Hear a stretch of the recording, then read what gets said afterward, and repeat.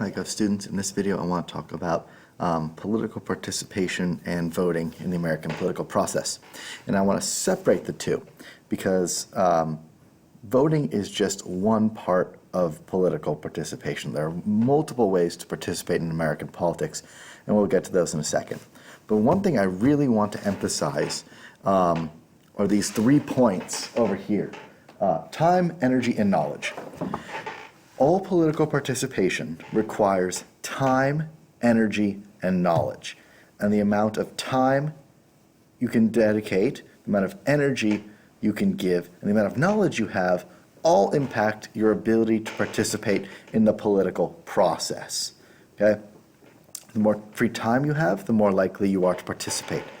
The more energy you have, right? Your enthusiasm for a cause or a candidate, your passion for politics, that's going to impact how much time you're able to dedicate. And then your knowledge of politics, right? If you consider yourself fairly well versed in politics, you're more likely to go out and participate. If you feel less versed in politics, you are less likely to participate.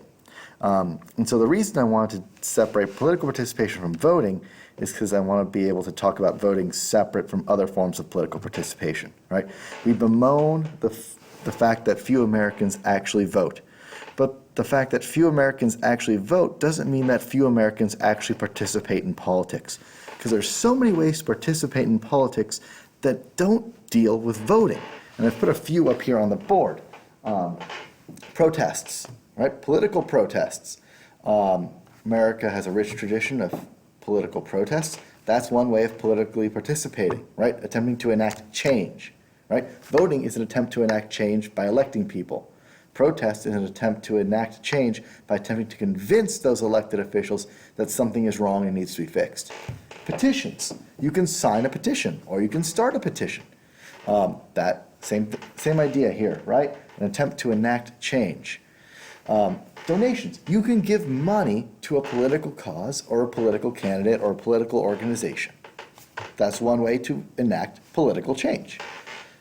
You can engage in debates and discussions with people, right? You can do this online, you can do it in person, you can strike up a chat with the person sitting next to you, right? As long as if you're discussing politics, you are engaging in political participation. Persuasion. You can attempt to persuade people about politics, right?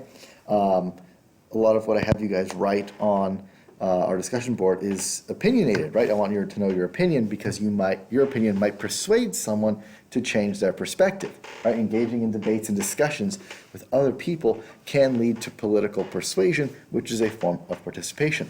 And finally, you can volunteer. You can volunteer in a political campaign. You can go knock door to door about the environment. You can go volunteer at your local soup kitchen and then through that volunteer work, get engaged with some organization that is attempting to enact change in your local community. That is all political participation, right? And these are pretty, for the most part, pretty easy to do, right? Engaging and talking with people. That doesn't require a lot of time and energy. It might require knowledge, right? Persuasion, again, does not require a whole lot of time and energy. If you're just at dinner with friends and you're discussing politics, you might feel very passionately about something and want to convince the people you're at dinner with that you're correct about something, right? It doesn't take a whole lot of time and energy. You don't have to go out of your way to do those things. Petitions. Signing a petition takes very little time, very little energy, and as a matter of fact, requires very little knowledge. Someone will explain the issue to you, and then you will either sign a petition or you won't. Donations, right? Very little time, very little energy, and minimal, moderate amount of knowledge. Perhaps you may just need to know about the particular political issue or the political candidate. You may need to feel strongly, right? You need to be highly energetic to donate, but pretty simple. Protest and volunteering, that requires a lot of time, energy, and knowledge, though. People are very unlikely to engage in protest, also extremely unlikely to volunteer. Only about 2 to 3% of the American population actually engages in actual political volunteer work. Donations are on the rise, right? Why might donations be on the rise? Because of the internet. It's a whole lot easier now for me to make a political donation than it was 15, 20 years ago. 15, 20 years ago, I had to go get my checkbook. I had to go write a check, make sure the check was written out to the correct organization, find that organization's address, get an envelope, write out the envelope, write out the check, put the check in the envelope, stamp the envelope, take the envelope to the mailbox, put the envelope in the mailbox, and then pray that the Postal Service got it there. Right now, I go to political candidate, political causes website, click a few buttons, hit PayPal, send $10. I've made a donation in 3 minutes. Simple as that. So donations are actually on the rise. Petitions, a lot easier because of the internet as well and social media. Get people connected, get people discussing the issue, people will participate.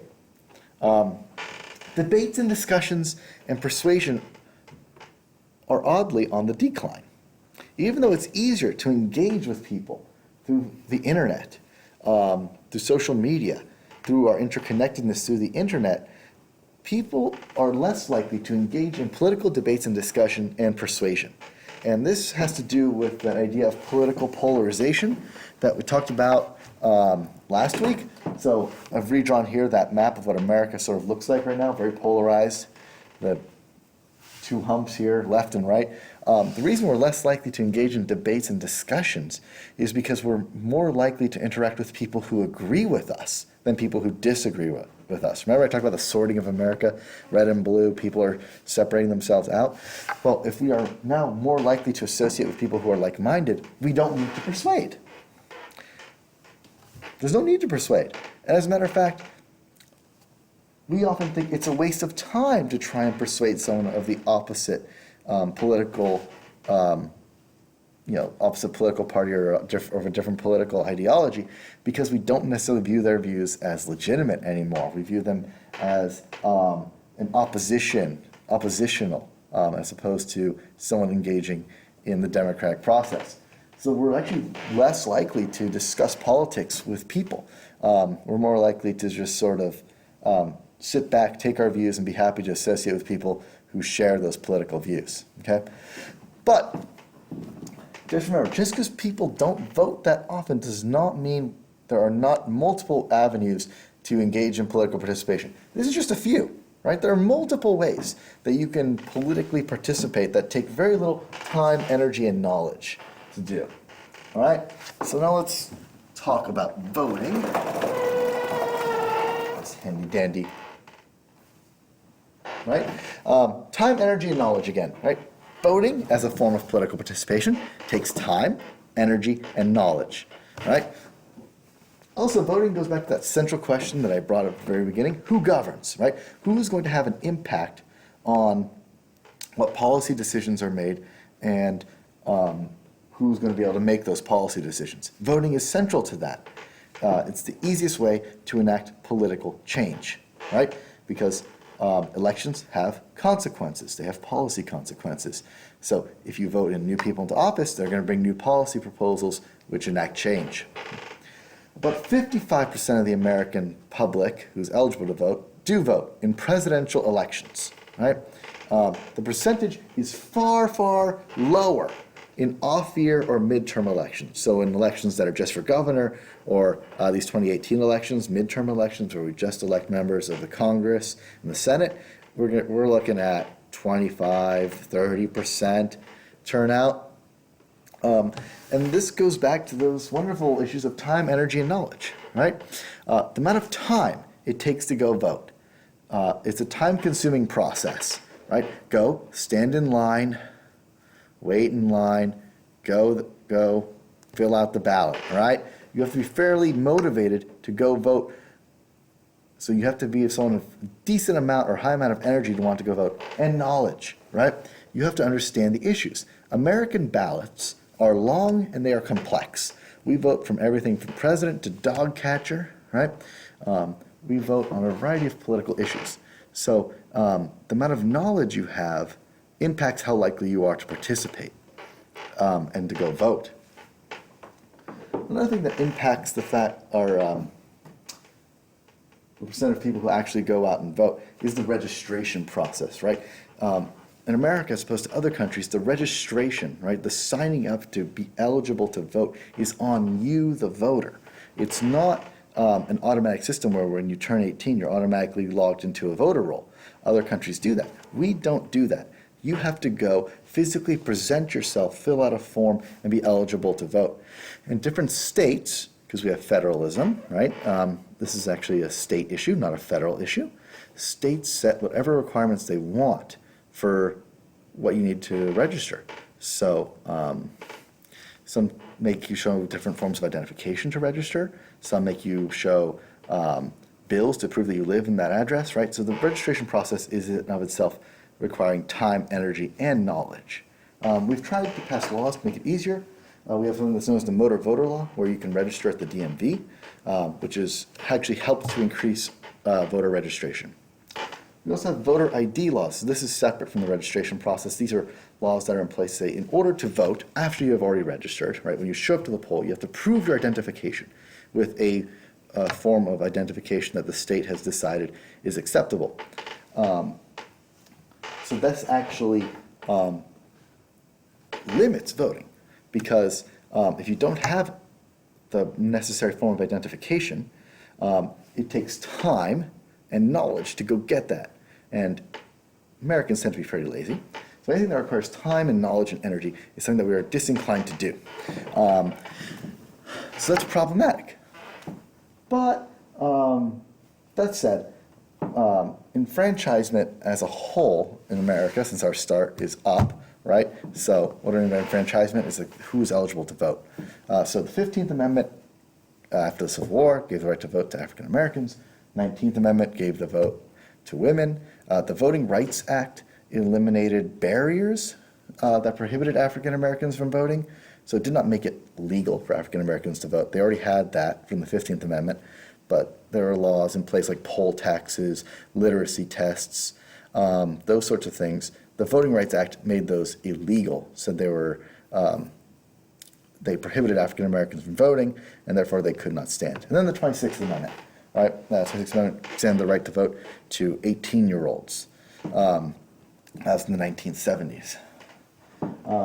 So just keep in mind always that when it comes to political participation, time and energy and knowledge are essential. Okay? If something takes a lot of time, takes a lot of energy, and requires a substantial amount of knowledge, people are less likely to participate.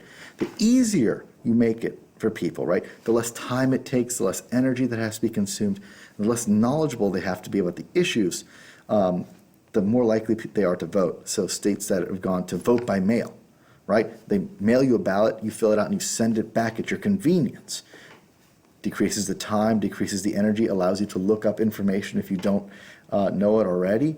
That makes it easier to vote. States that allow a lot of early voting, so give you lots of time and opportunities to go vote. That allows people, because you can pick what time you want to do it, so you can fit things into your schedule. So that's all critical things to think about here. But also who votes, right? So women vote more than men. The elderly, right? If you're over the age of 65, you're more likely to vote than someone under the age of 30, right? So the older you are, the more likely you are to vote. Higher education level, the more likely you are to vote. And also your type of employment. Members of unions or white-collar people are most likely to go vote. The reason for that, again, is time, energy, and knowledge, okay? So if you are a senior citizen and you are retired, you have lots of time on your hands, right? You have lots of time on your hands, not only to go vote, but to educate yourself on the issues. If you are more well-educated, right? You possess more knowledge, right? Not only that, but you probably work a job that gives you more flexible hours, right? You probably have set hours, 9 to 5, something like that. That means there's time in your day to actually go vote, as opposed to someone with a lower level of education, perhaps a high school graduate only, who might be working 2 or 3 part-time jobs. There's very little time to go outside of those work hours to go vote. Not only that, but you probably don't have a lot of time to become knowledgeable about all the issues.